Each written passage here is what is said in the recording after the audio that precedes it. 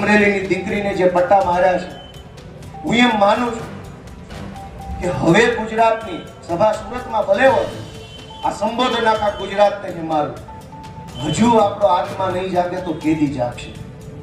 આપણો આત્મા જાગી જવો જોઈએ કે આ શું તમાશો હાલે છે, આ કેવી રીતે હાલે? ગુંડાઓ, બુટલેગરો, માફિયાઓ, તોડબાજો, ડ્રગ્સ વાળા, દારૂ વાળા, રેતી વાળા બેફામ ફરે અને નિર્દોષ માણસને પોલીસ સ્ટેશનમાં મારે છે. અમે રજૂઆત લઈને જઈએ તો અમારા ઉપર FIR. એટલે મેં નક્કી કર્યું છે કે ગુજરાતનો આત્મા જગાડવાનો છે દોસ્તો.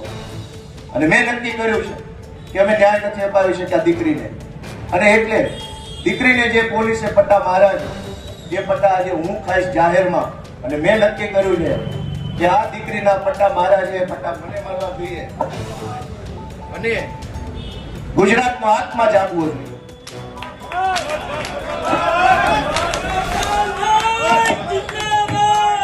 ગુજરાતનો આત્મા જાગવો જોઈએ. હવે ગુજરાતનો આત્મા જાગવો જોઈએ. મૂકી દો, આત્મા જાગવો જોઈએ ગુજરાત આખાનો. દીકરીને પટ્ટા કેવી રીતે પોલીસ મારે? મૂકી દો. ગુજરાતનો દોસ્તો આત્મા જાગવો જોઈએ. આત્માની અંદર લાગવું જોઈએ. દીકરીને પોલીસ કેવી રીતે પટ્ટા મારી શકે? દોસ્તો, આ સજા મને મળવી જોઈએ. આ સજા મને મળવી જોઈએ. જેને દીકરીઓ, ગુજરાત આખાની દીકરીઓ પર અત્યાચાર કર્યા, સજા મને મળવી જોઈએ.